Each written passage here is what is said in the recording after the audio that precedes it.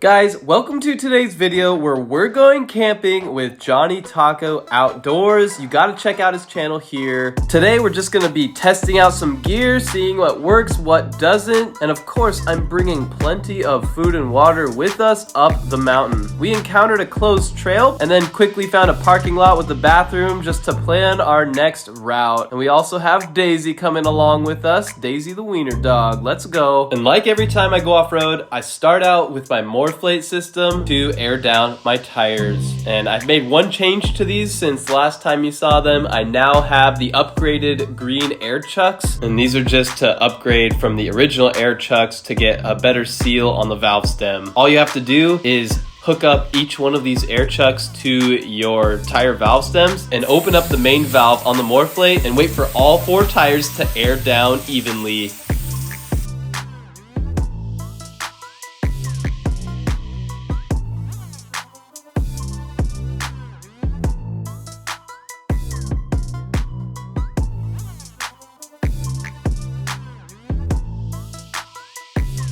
And I also include, as part of my air down ritual, a air filter swap. I have an air filter I use off-road and one that I use on-road. Before I put the new air filter in, I always clean it out with the air blow gun using my onboard air system and then pop it in there. I also will use the air blow gun when I put it back in the box, just so it's as clean as it can be for the next time. So with that all done, let's go up the mountain.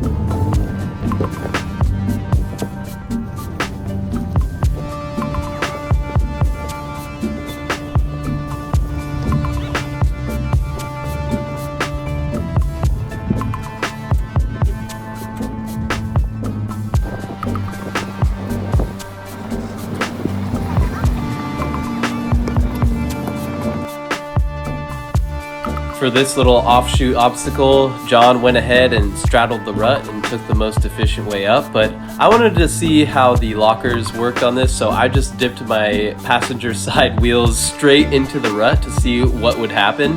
And what happened is a giant driver's side wheel lift, so had to back out of it unfortunately and pick a better line, but it was a fun experiment and I think I could have made it if I just stayed in it for a little bit longer. So anyways, after we made it up the mountain, we set up camp right at the top overlooking a massive valley, and like you'll see in a bit, we were treated to an amazing sunset. This spot was truly incredible.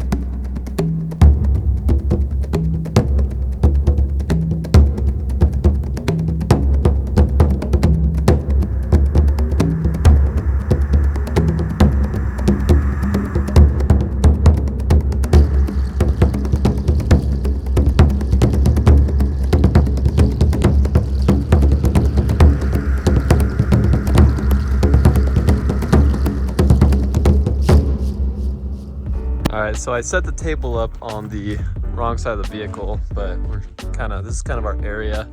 So I couldn't have my cool water set up like I did last time on this side because my wiring is too short. So next time I'm going to lengthen that up, but it works still. Just gotta press this button, and then this is our little hand wash station. I'm gonna improve this setup, probably get a proper size hole through here and stuff, run the wiring through wherever. We'll make it work. But I love this Cabela's table. Folds down super tight, opens up super big. So let's start cooking lunch. I guess it's like almost dinner.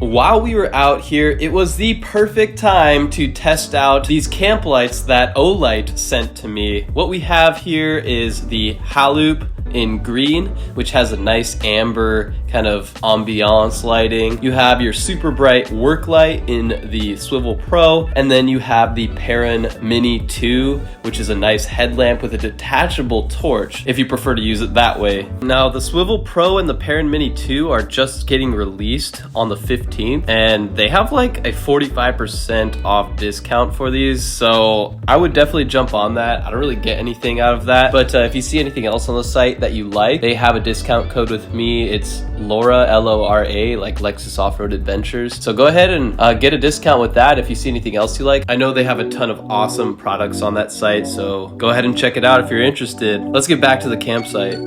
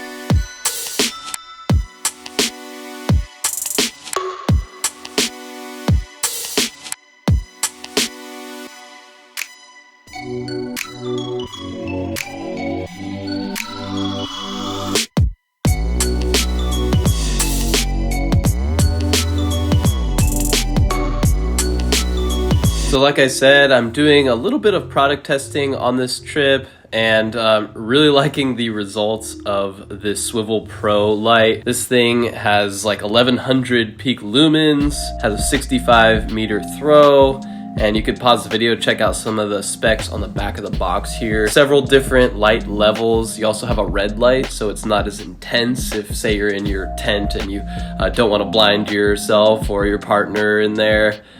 You also have a nice emergency beacon if you should need that as well, which is just a nice touch. Also, as the name implies, this bottom piece swivels. You can plug that bottom threading into any sort of camera tripod, and you also have magnets down there as well. The best light to kind of set the mood and just sort of leave on though is the Haloop. It's like a really modular type of light with plenty of mounting options available to you. It has kind of like a nice warm amber light the first 50% of the brightness, but then when you want to go super bright with it, it turns into a more cold, bright light if you really just need to see around where you're going and stuff. But I prefer to leave it on the amber setting. The Haloop isn't really meant to be the brightest light, but look at that 180 max hours of light that it can provide. This is kind of just one of those things that you set and forget until you go to bed. And this thing has a nice big battery that will last a long time and can also charge all sorts of other accessories if you need to, so you don't have to use your car starter battery or anything like that. So let's move on to the headlamp I talked about, the Perrin Mini 2. This one also has 1100 lumens of peak output, which is just massive, you guys. That is a hugely bright for a headlight. But the cool thing about this one is, in addition to being a mere headlamp, you can also kind of use it as your little clip on your belt flashlight. Like you could see here, I'm just taking it off of my headlamp strap, and there you go. It's a little guy, but it's small but mighty. This thing has tons of output for its size, and I think it's a really cool option if you're just trying to keep everything super light in your kit. And one thing I didn't realize till I got home, this one also has a nice red light function, so you don't have to have that super cold white light if you're in your tent or something like that. And here I'm just showing how the Swivel Pro also has that front flashlight if you just need a more focused beam. Let's get to the diesel heater test.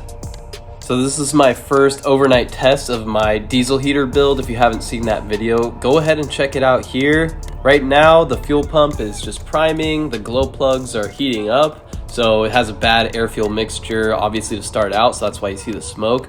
I have a carbon monoxide alarm with a temperature sensor that I'm gonna put in the tent with me, of course, which is always a good idea. Let's see how it does when it's all warmed up. All right, it is working, you guys. This is extremely hot. I changed this out for a steel one. This has like foil insulation, so I'm hoping it protects the plastic, but we'll see. I have a carbon monoxide monitor inside, so we'll keep an eye on that. Other than that, I should be able to still like get stuff out of the fridge and use a swing out.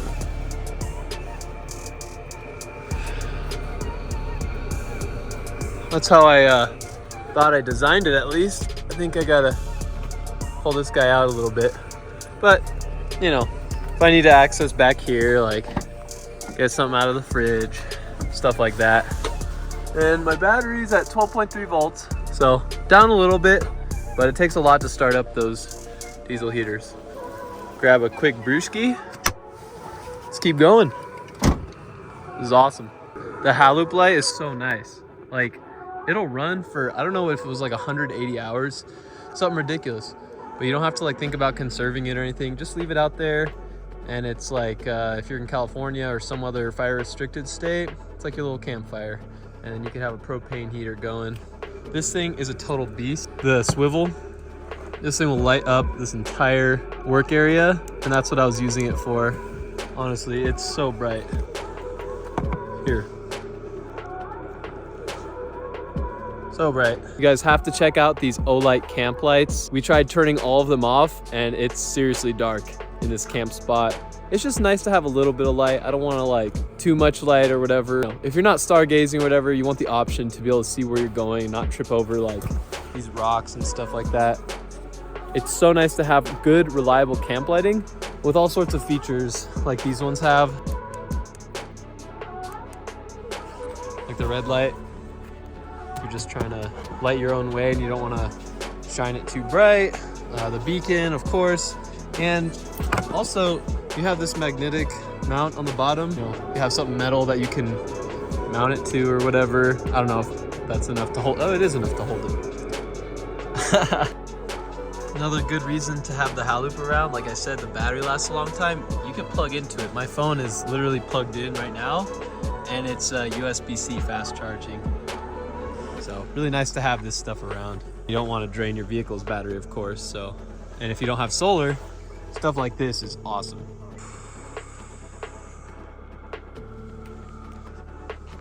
Also got the VEVOR diesel heater build going, and it is roasting hot. I'm really excited to see what the air is like inside the tent. Probably go check it out in a bit. All right, let's check how we're looking inside temperature wise. Oh, that is toasty. 72 degrees. Oh, guys, it is. That's my breath. It is cold outside, you guys. It's probably close to being maybe low 40s, actually, not the 30s yet, but it is getting there. And the fact that it's 72 in the tent is just amazing. My lithium iron phosphate little 50 amp hour battery, it's at 80% still, even after that crazy startup. All right, looks like it's 70 in here. Just gonna put my shoes in these little shoe baskets here. And here we go. Super warm. Love it.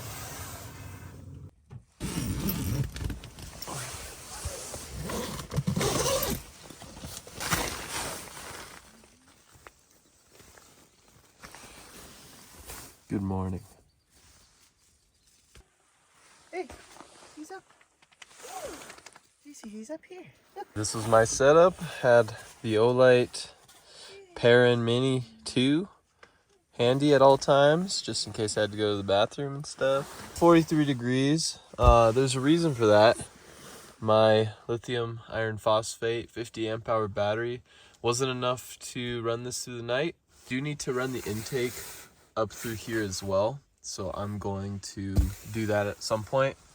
But I've already ordered a second 50 amp hour lithium iron phosphate battery, and I'm going to run them in parallel, so that'll give me some extra power to run that through the night. And I'm going to be working with VEVOR soon, so I'm thinking about getting a 2 kilowatt diesel heater instead of the 5 kilowatt, because I don't think I need that much power to heat this tent, so that might reduce some power consumption. But yeah, having this thing handy was great. Overall, good test tonight. Pretty successful night. I'm basically working towards making sure everything goes smoothly so I can take my son and wife out more, and that they'll be comfortable and want to keep coming back with me. So yeah, overall good test. I'm excited to keep refining the setup.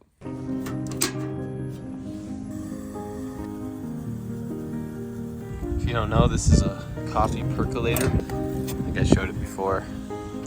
Just put it on like this, and there's water under there, and when it's ready, it'll percolate the water through your grounds and make you perfect coffee.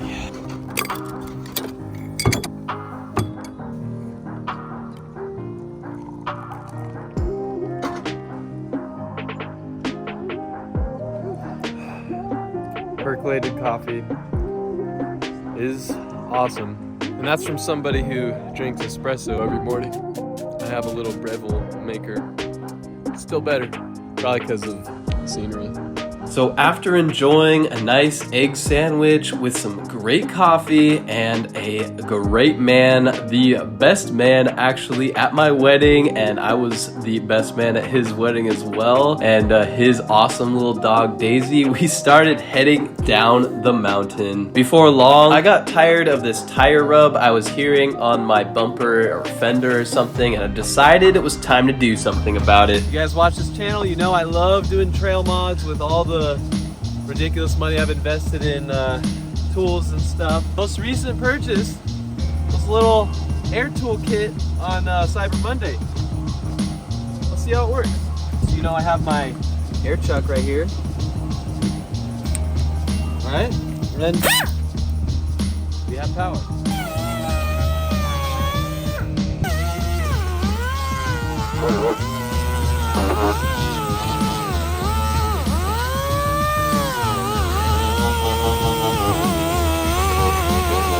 Doesn't need much. You got a little bit more? Yeah, see right in the front here where I'm rubbing? Yeah. Right. You need to cut an inch off all around. Yeah. Might be excessive. I'll do that when I get home.